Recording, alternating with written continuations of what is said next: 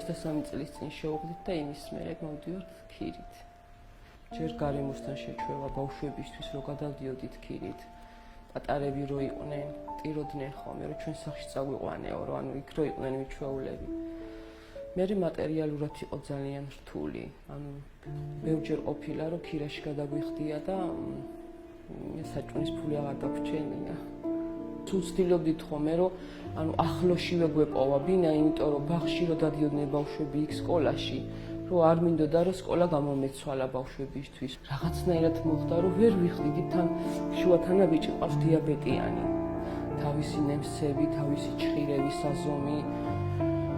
ხო და ვერ ვიხდით ქირას და ხაზე იკარ, ყოველ დღე დადიოდა და დილიდან საღამომდე იჯდა. სახში არ ვიდიოდა. რომ ქირა მომეცითო. და ყოველ დღე გრძელდებოდა ეს რაღაცა წნეხივით რა. ის ძალიან ცუდად მახსენდება. ანუ არანაირი ადამიანური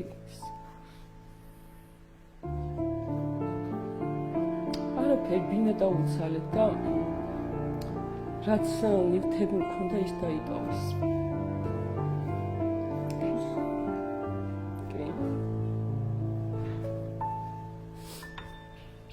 აბა გილოცავთ უერთდებით სიხარულს და ბედნიერებას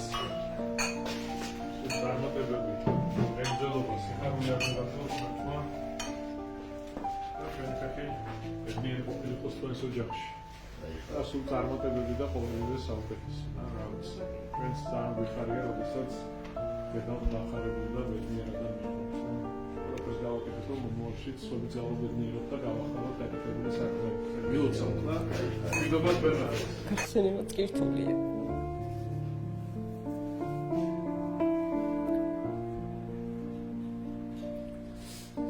ციხე შეიცვალა ჩვენი ცხოვრება და ბიჭებიც გაიზარდნენ და არ გაგვიჭირდება.